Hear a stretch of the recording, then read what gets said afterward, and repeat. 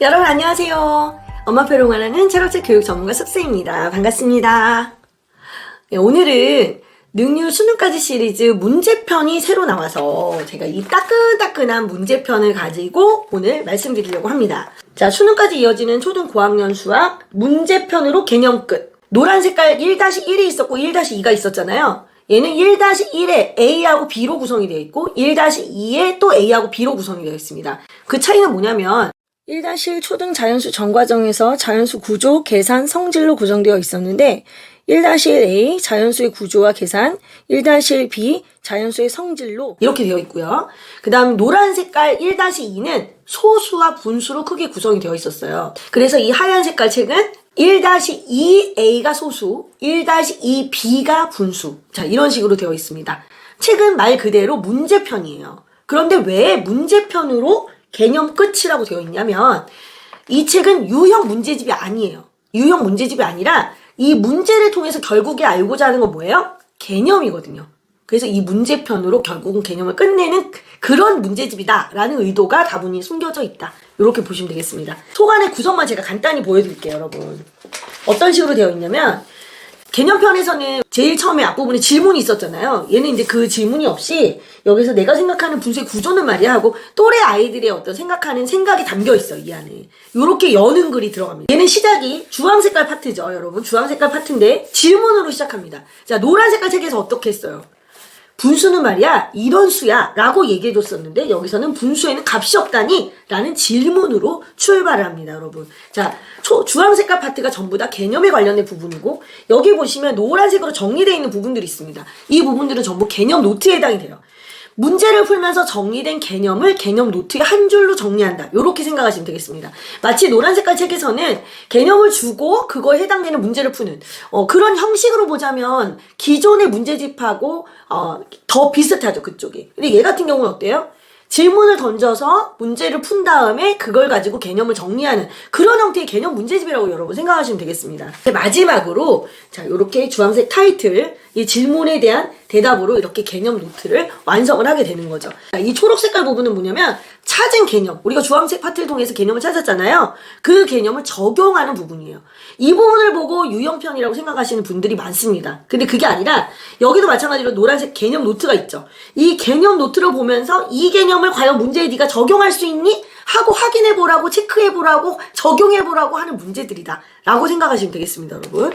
네, 요런 부분이 끝났어요. 초록색 파트가 꽤 깁니다. 주황색과 초록색이 거의 다라고 생각하시면 되고요. 파란 색깔 부분이 있습니다. 찾은 개념을 확장하기라고 되어 있습니다. 이 부분은 교과서에 나와 있지 않은, 하지만 차후에 이용해야 될 그런 부분들이라고 생각하시면 되겠습니다. 그래서 찾은 개념, 내가 개념들을 다 정리해서 노트화했지만 그것을 조금 더 업그레이드 시킨 개념이다. 이렇게 보시면 되겠습니다. 조금 더 수식에 가깝다라고 또 보시면 돼요. 빨간 색깔 부분이 있어요. 빨간 색깔 부분에 고1 평가원. 왜냐면 이 책은 이제 수능까지 시리즈라는 컨셉이 있으니까 수능 문제를 찾아서 하나 넣는데 얘가 이제 빨간색이죠. 여기는 약간 사고력 파트라고 생각하시면 되겠습니다. 문제 수는 적지만 문제 길이가 조금 더 길죠.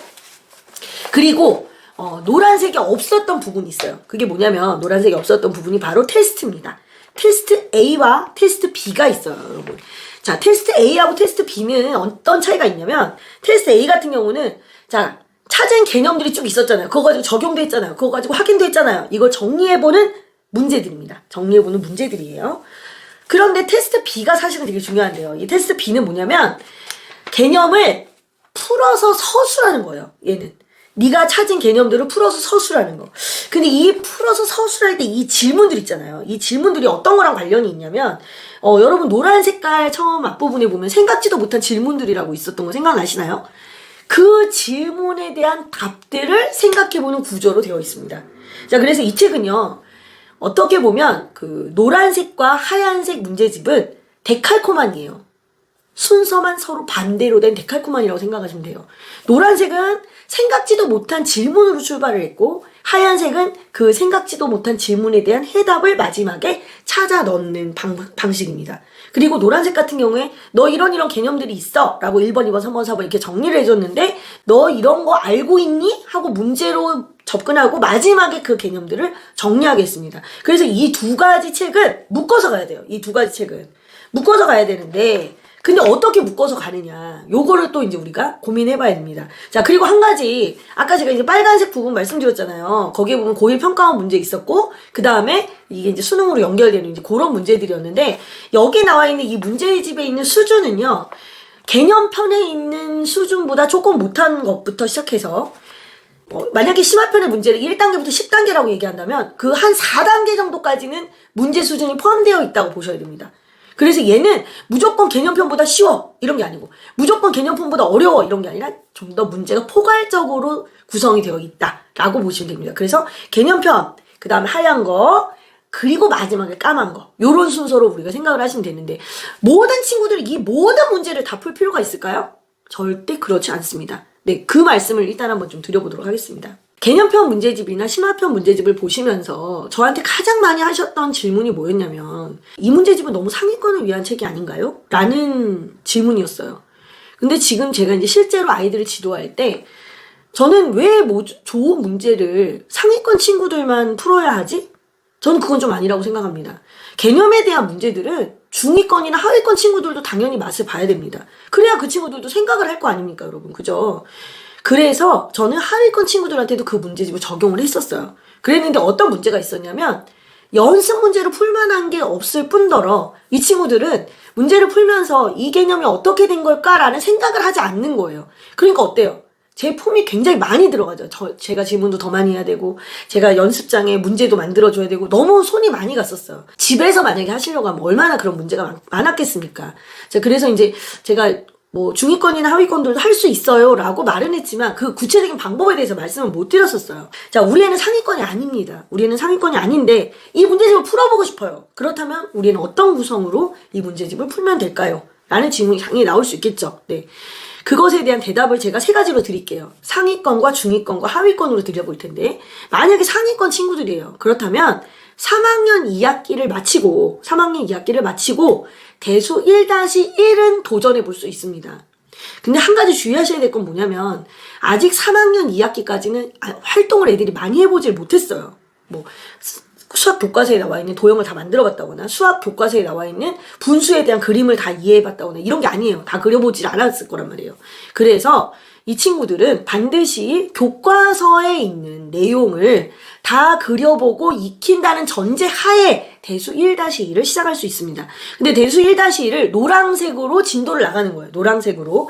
이때 지도해주시는 선생님이 계시거나 또는 엄마가 노란색은 약간 설명을 가해도 괜찮습니다. 설명을 해주셔도 돼요.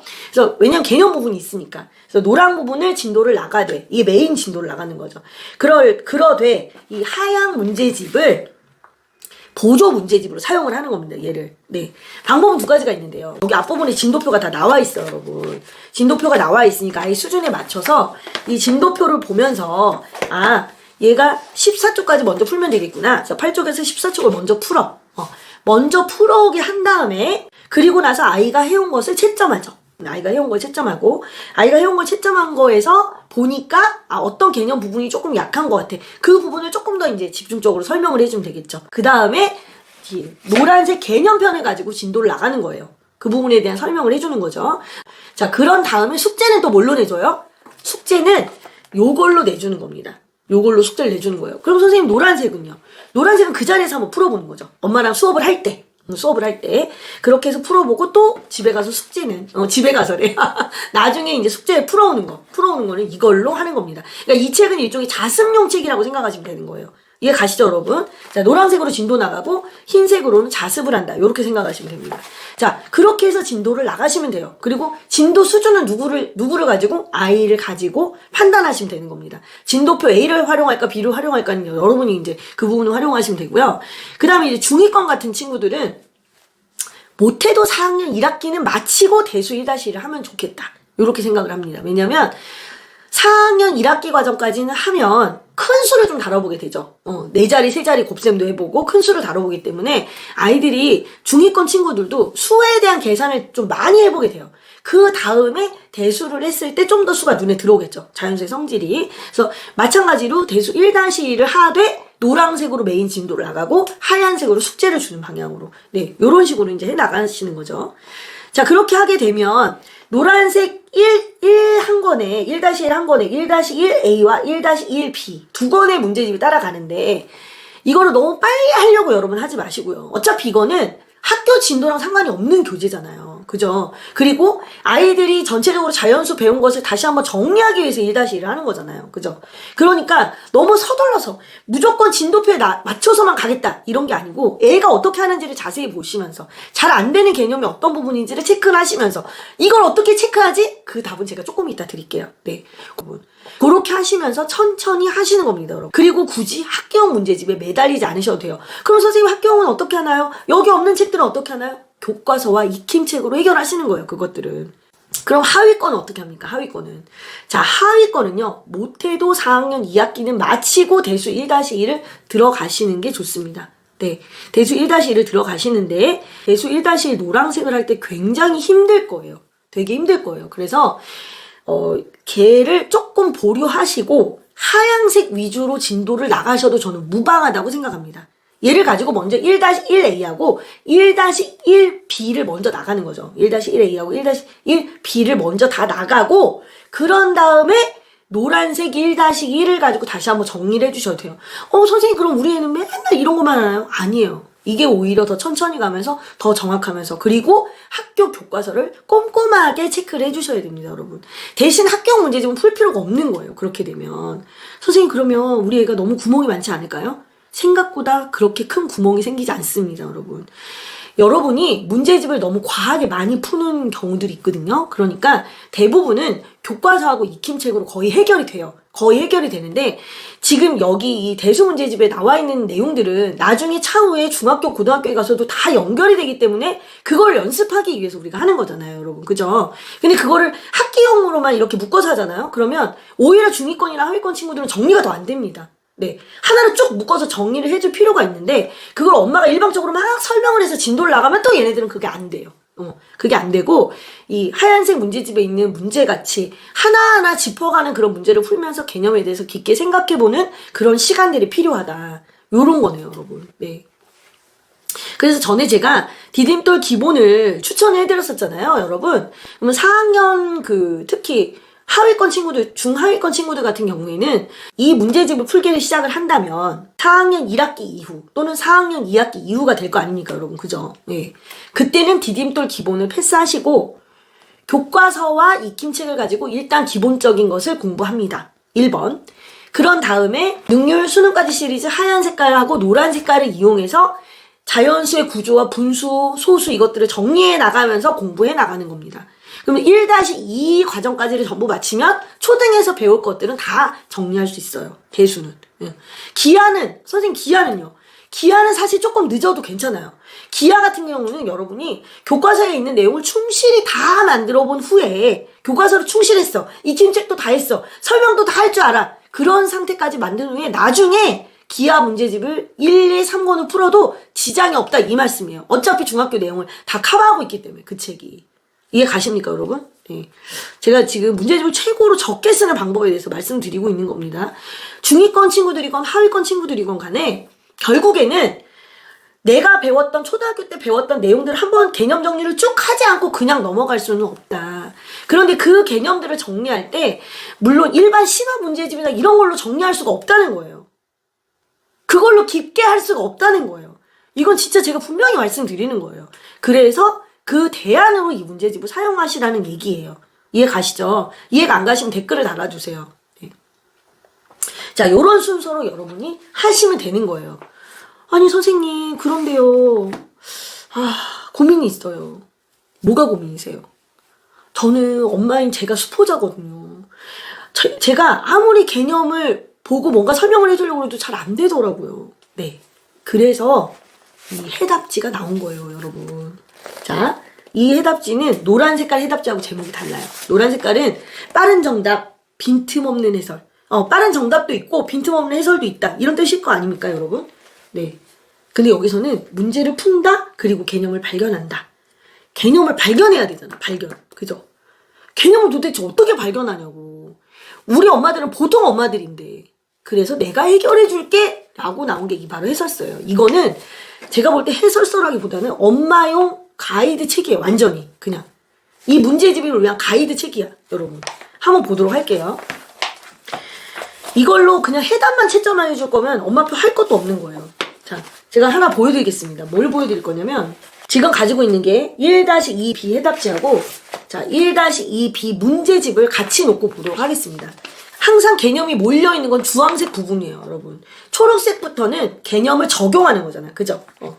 개념을 정리하는 개념 노트를 만드는 과정이 주황색이기 때문에 주황색 파트에 모든 개념이 다 몰려있다고 보셔야 돼요. 이 부분은 어떤 일이 있어도 이해하고 넘어간다 라고 여러분이 생각하시면 되겠습니다. 문제집에 있는 부분을 보시면 제일 처음 1번이 뭐냐면 수의 값이 없다니? 라는 질문입니다. 네, 이 질문을 보고 솔직히 말해서 어쩌라고 이런 생각이 당연히 들잖아요. 근데 해답지 1번에 보시면 뭐라고 돼 있냐면 하나의 값이 아니라 두 개의 값을 비교하는 수, 그걸 분수라고 약속한 거야. 새로운 수의 기호라고 생각하면 돼. 이렇게 나와 있습니다. 이게 뭐죠? 답이죠. 아까 수의 값이 없다니에 대한 답이 바로 여기인 거예요. 예. 그럼 이 질문에 대해서 아이들에게 물어봤어. 애가 대답을 못해? 이거 보고 알려주면 되는 겁니다. 분수에 대한 설명을 하려고 이걸 얘기하는 거예요. 근데 수의 값이 없다니라는 왜 이런 질문을 했을까라는 의문이 당연히 들잖아요. 그죠? 그래서 개념 1번 문제에 전체에 대한 부분으로서의 어떤 분수에 대한 설명을 하기 위한 포석을 까는 겁니다, 이 문제가. 근데 그 전에 엄마들이 이 정도는 알고 계셔야 돼요 하고 분수의 두 가지 의미에 대해서 이야기를 해줍니다.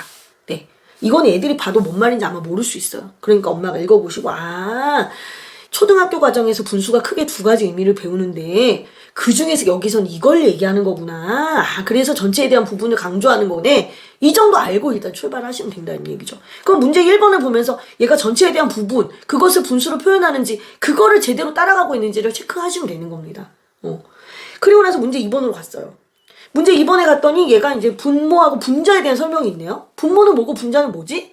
물론 책에도 설명이 나와 있어요. 하지만 분모하고 분자의 의미에서 우리가 정말 알아야 될 건 뭐예요? 전체를 얼마로 나눴는지가 분모, 그 중에 몇 칸을 색칠했는지가 분자. 그럼 분모는 나누기고 분자는 곱하기구나 라는 것을 이제 엄마는 알고 있어야 될 거 아니에요. 그래야 나중에 애하고 그런 얘기를 해볼 거 아니야. 그거를 일일이 문제마다 다 설명해주고 있어, 얘가. 해설지가. 그래서 여러분 할 수 있단 말이에요. 만약에 학원 선생님이어도 마찬가지입니다. 학원 선생님도 그냥 본인이 다 아신다고 이 문제집을 해설지 없이 그냥 막 푸시 마시고요. 해설지를 먼저 한번 읽어보시고 얘 이 문제집이 이런 의도로 이걸 만들었네. 그렇구나. 아마 틀림없이 이 문제집을 보면서 나도 미처 생각을 못 해봤는데 라고 말씀하실 선생님들 계실 거예요. 양심에 이렇게 손을 얹고. 네, 그렇죠? 그럼 그걸 보면서 이게 이런 뜻이었구나 하고 생각하시고 그 부분을 조금 더 심도 있게 아이들하고 지도를 해주시면 되는 겁니다. 이 해설지가 완전 환상의 짝꿍이에요, 여러분. 환상의 짝꿍. 자, 이 환상의 짝꿍 두 가지를 가지고 여러분이 개념을 문제편으로 완성하면 되는 거예요, 여러분. 그래서 문제편에 있는 문제보다도 오히려 개념편에 있는 문제를 애들이 더 어렵게 생각할 수 있어요. 왜냐하면 이 문제편에 있는 문제집은 문제 하나하나를 위의 문제하고 밑의 문제가 논리적으로 연결이 되도록 구성하려고 애를 쓴 문제집이에요. 왜? 노란 색깔 문제집을 통해서 100% 개념을 이해할 수 없다는 걸 본인들이 알았기 때문에 이런 문제집을 또 만든 겁니다, 여러분. 책을 어떤 사람은 책을 썼어요. 첫 번째 책이 100% 마음에 드는 사람 없어요. 내가 첫 번째 책을 쓸 때는 그 책이 내가 최고라고 생각하고 나의 모든 사력을 다했습니다. 그런데 두 번째 책을 쓸 때 다시 그 첫 번째 책을 보면 정말 창피해서 얼굴을 들 수가 없어요. 문제집도 저는 마찬가지라고 생각합니다. 그런데 그걸 시인하고 그거를 커버할 수 있는 문제집을 다시 만드는 회사도 저는 본 적이 없어요. 네. 그래서 제가 이 문제집을 높게 평가하는 겁니다, 여러분. 여러분이 이 문제집을 만든 사람의 의도에 맞게 한번 풀어보시길 정말 적극 권합니다. 마침 방학도 됐고, 네. 한번 시도해 보시기 좋은, 학령군에 있는, 아이들이 분명히 있을 거라고 저는 생각을 합니다, 여러분. 네. 그렇게 한번 해보시면 좋을 것 같습니다. 그리고, 이미 고학년이라면요. 이미 고학년이라는 얘기는 뭐예요? 내년이 아니라 이제 바로 며칠 후면, 네. 6학년이 되거나, 이런 친구들한테는 노란 색깔 문제집으로 바로 접근해도 아무 지장이 없지만, 얘가 약간 개념의 논리를 이해하는지를 보고 싶다. 흐름을 잘 이해하는지를 보고 싶다. 이런 분들 같으면 하얀색 문제집을 풀어도 되고요. 그렇지 않고 나는 노란색으로 개념을 정리하겠다 하시면 그렇게 하셔도 상관이 없습니다. 만약에 여러분 중에서 내 아이가 분명히 상위권이야 라고 자신하기 어려우신 분이라면 이 문제편의 문제를 한번 다뤄보게 하시는 것도 저는 좋다고 생각을 합니다, 여러분. 제가 여러분한테 간단하게 개념편과 그리고 이 문제편에 대해서 비교해서 말씀드렸고, 어떤 친구들이 어떤 순서로 이 문제집을 풀면 좋은지에 대해서도 여러분한테 지금 말씀을 드렸습니다. 여러분의 고민이 굉장히 많으실 거라고 저는 생각을 합니다. 왜냐하면 시중에 문제집이 수도 없이 많기 때문이죠. 그죠? 그러나 제가 이 문제집을 권할 때는 다 이유가 있습니다. 다음 시간에는 제가 이 문제집에서 볼 수 있는 정말 특별한 문제들에 대해서 여러분한테 말씀을 드려보겠습니다. 왜 아이들에게 낯선 질문을 던져야 하는지, 왜 아이들에게 너무 그 정답 범주에 있는 문제들만 물어봐서는 안 되는지, 그런 것들에 대한 해답을 줄 수 있는 그런 영상이 될 것입니다. 자, 오늘 영상은 여기서 마무리할 거고요. 네, 다음 시간에 또 만나 뵙도록 하겠습니다. 안녕히 계세요, 여러분.